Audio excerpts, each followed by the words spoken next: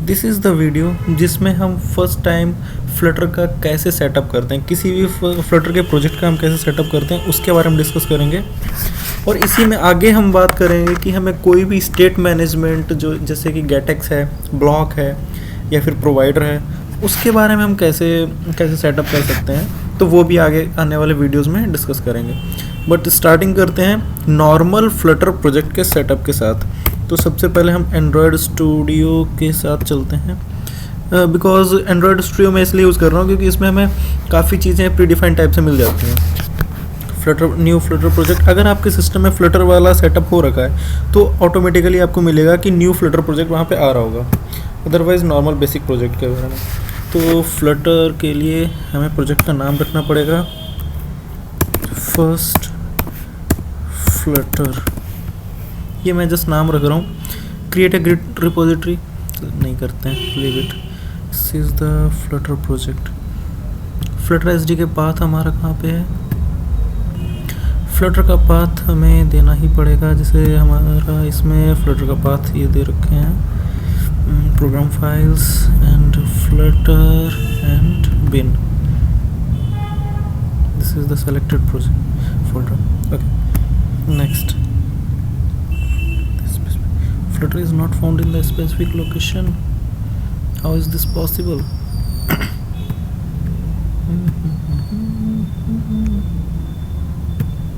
यहाँ तक चलते हैं, सेलेक्ट फोल्डर। यहाँ बिन से पहले वाला पाथ हमें देना है, like I will show you. जो फ्लटर का पाथ हमारा है बिन तक का नहीं, बिन से जस्ट पहले। लेकिन जब हम सिस्टम लाइब्रेरी में सेटअप करते हैं तो वहाँ पे हम बिन का पाथ, जहाँ तक हमारा बिन फोल्डर होता है वहाँ तक का पाथ सेटअप करना पड़ता है। प्रोजेक्ट नेम क्या कर दूँ? फर्स्ट फ्लटर, फर्स्ट फ्लटर या राइट। इसमें जिस जिस सिस्टम के लिए मुझे अपना एप्लीकेशन बनाना है उसके लिए बनाएंगे, अदरवाइज़ बहुत ज़्यादा उसमें फाइल्स बन जाती हैं। तो फिर सिर्फ मुझे एंड्रॉयड और iOS के लिए चाहिए, लिनक्स के लिए अनसेलेक्ट कर दो, मैक ओएस के लिए भी, वेब एंड विंडोज़ इनको अनसेलेक्ट नहीं भी करते हैं तब भी कोई इशू नहीं है। लेकिन बस क्या है, उस प्रोजेक्ट में काफ़ी सारे फोल्डर बन जाते हैं जो कि एक प्रोजेक्ट को बल्कि बना देता है। Next, creating the Flutter project and it will just start in a second. Wait creating Flutter project, it is taking some time. What to do?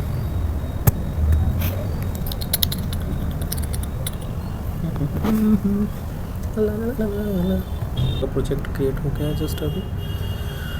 इसमें व्हाट्स न्यू आ रहा है, असिस्टेंट, इसको सबको मिनिमाइज करते हैं,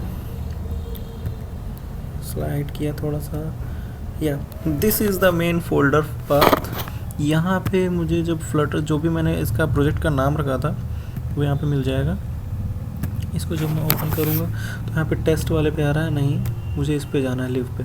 देखिए, अगर मैंने यहाँ पे सभी पे सेलेक्ट कर रखा होता फिर Android, iOS, Windows, Linux, Ubuntu जितने भी मैं सेलेक्ट करता उतने सारे वेब ऐप वगैरह सभी के लिए आता, क्योंकि फ्लटर जो है हमारा वो वेब एप्लीकेशन भी बनाता है, विंडोज़ के लिए भी एप्लीकेशन बनाता है।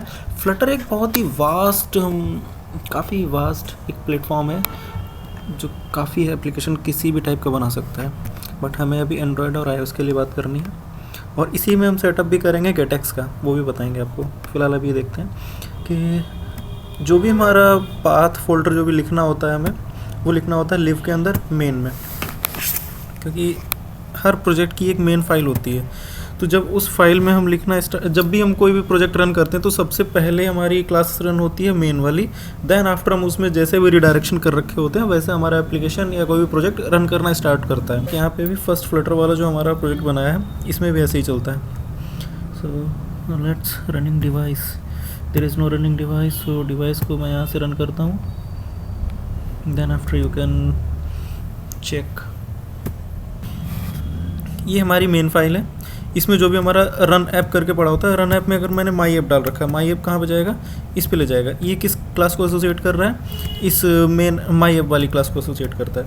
इसमें जो भी क्लास हम डाल देंगे उस क्लास के पास जाएगा first of all, then after it will start running. Okay, और ये क्लास किसको एक्सटेंड कर रही है? स्टेटलेस विजिट को एक्सटेंड कर रही है। हमारे फ्लटर में जो भी डिज़ाइनिंग होती है, जो भी हम उसमें कुछ भी चीज़ बनाते हैं, वो एक विजिट के अंडर में आता है। विजिट क्या करता है कि हम कुछ भी ऐसी भी चीज़ बना रहे हैं, जैसे मान लो बटन मैंने बनाई, या फिर व्यू कोई भी डिज़ाइन किया, या फिर कुछ भी स्क्रॉलिंग चलती है एप्लीकेशन में, आप देखते हो स्क्रॉलिंग, वर्टिकल स्क्रॉलिंग चलती है, हॉरिजॉन्टल स्क्रॉलिंग चलती है, हम पेज से इधर से उधर जाते हैं, वो सब चीज़ लाई करती है, सारा कुछ लाई करता है विजिट के अंदर में। और विजिट कितने टाइप की होती है? मेनली 2 टाइप की विजिट होती है। एक होती है स्टेटलेस विजिट, एक होती है स्टेटफुल विजिट। तो स्टेटलेस और स्टेटफुल विजिट के बारे में फिर बाद में बात करेंगे। हमारा एप्लीकेशन रन कर गया है, सॉरी ये एमुलेटर रन कर गया, is open now. Let me click and select this emulator. What is this, why it is not selecting? या medium phone API 36, it is now selected. Now I am running this application. Hope for the best. Yeah, our application starts running in this simulator. I'm so happy for this. That's why I'm a little bit doing all these things. So Flutter supports hot reload. ये बताऊंगा hot reload किस लिए बोल रहा है. Okay, so our application starts running in this simulator, emulator जो भी है. hot reload क्या है आपको पहले वो बताता हूँ. Let's see Flutter demo home page. अब मैं डाल देता हूँ Flutter demo home page for learning. Okay, hot reload क्या है? ये बटन को हॉट रिलोड कहते हैं. इस पर क्लिक किया and then it will reflect all the changes into this emulator. This is the best thing in Flutter. Yeah I love this because I am as an iOS developer. जब मैं Swift UI पे work करता हूँ तब तो मुझे बहुत अच्छा लगता है, लेकिन जब मैं स्टोरी बोर्ड या फिर XIV पे काम कर रहा होता हूँ तो फिर मुझे हर बार एप्लीकेशन रन करके देखना पड़ता है कि how what changes I have made it will reflect, how it is reflecting in the simulator और डिवाइस. सो उस टाइम पे मुझे हर बार एप्लीकेशन को रन करना पड़ता है. That sometime seems very delaying time of thing. So इसलिए मुझे थोड़ा सा कम मज़ा आता है. और अगर हम इसको प्रेस ना भी करना चाहें तो मैं बताता हूँ आपको, कंट्रोल एंड S. जैसे ही मैं इसको सेव किया, सी यहाँ पे जो भी चेंजेस किए थे मैंने वो सारे सारे आ गए हैं. अब दूसरी एक चीज़ बताता हूँ कि हमें यहाँ पे जो डिबग वाला आ रहा है, अब स्लाइस, यहाँ पे स्लाइस सी लाइन आ रही है, इसको बोलते हैं, इसको डिबग वाली एक लाइन आ रही होती है, इसको हम कैसे बंद कर सकते हैं? DEBUS या डिबग शो चेक मोड वैनर. इसको एंटर किया, इसको कर दिया फॉल्स. जैसे फॉल्स किया देन आफ्टर सेव किया, it will just wipe out from this page. I love this thing. This is the button जिसमें मैं जितनी बार प्रेस कर लूँगा इतनी बार इसमें काउंट बढ़ता चला जाएगा. ये सारी चीज़ कहाँ से हो रही है? मैंने इस एप्लीकेशन में मैंने जो भी प्रोजेक्ट बनाया इसकी मेन फाइल को रन किया. मेन फाइल किसको एसोसिएट कर रही है, किसको फॉरवर्ड कर रही है? वो है my application file. My application file ये पड़ी हुई है. इसमें मैं जो भी चेंजेस करूँगा, जितने भी चेंज करूँगा, वो सारे के सारे मुझे यहाँ पर रिफ्लेक्ट होना स्टार्ट हो जाएंगे. और ये माई एप्लीकेशन फाइल भी किसको ले जा रही है? My home page. See this my home page. इस माई होम पेज में क्या हम, ये देखो स्टेटफुल टाइप की क्लास है. या now I will show what is the difference between stateless and stateful. See, this is the stateless class and this is the stateful class. Okay, now I can remove these commented lines because वो सिर्फ बताने के लिए होती हैं कि आपको क्या करना है, यहाँ पे क्या हो रहा है. इस टाइप stateless और stateful क्या है? जो भी हमारी स्टेट, हम अपने डिवाइस पे कुछ भी चीज़ जो बना के यहाँ पे शो कराने की कोशिश कर रहे हैं, वो सब कुछ एक विजिट के अंडर में बनता है. और विजिट किसी न किसी स्टेट के अंडर में काम कर रही होती है. ओके, तो स्टेटलेस और स्टेटफुल टाइप की क्लासेस बनाने का इनका मेन पर्पस ये था कि जब हम कोई भी क्लास को स्टेटलेस टाइप का बनाते हैं तो फिर उसमें हम रन टाइम पे चेंजेस नहीं कर सकते हैं. फॉर एग्जांपल कि मैं कुछ भी चेंज करूँगा वो वहाँ पे रिफ्लेक्ट नहीं होगा, एकदम से रिफ्लेक्ट नहीं होगा.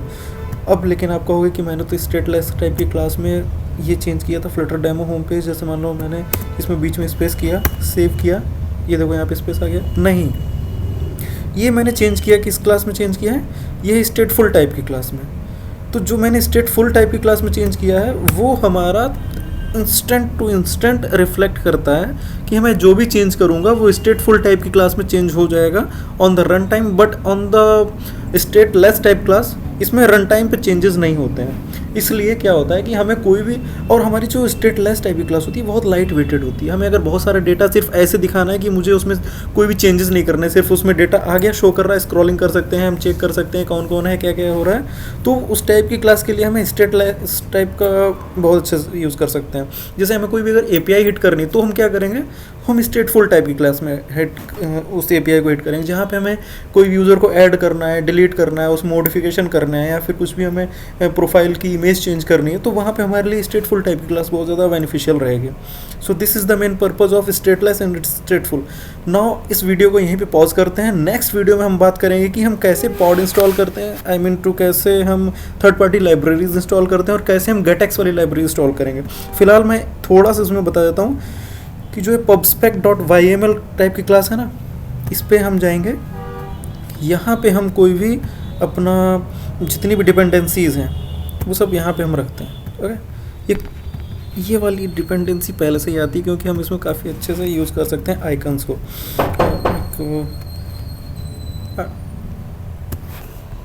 सो हम यहाँ पे कुछ भी इंस्टॉल कर सकते हैं। देन आफ्टर हम जो भी चेंज करेंगे वो हम आपको नेक्स्ट क्लास में बताएंगे कैसे गेटएक्स वाला हम स्टेट मैनेजमेंट यूज़ करेंगे प्रोवाइडर का, उसके बाद वाली वीडियो में या फिर कभी बताएंगे।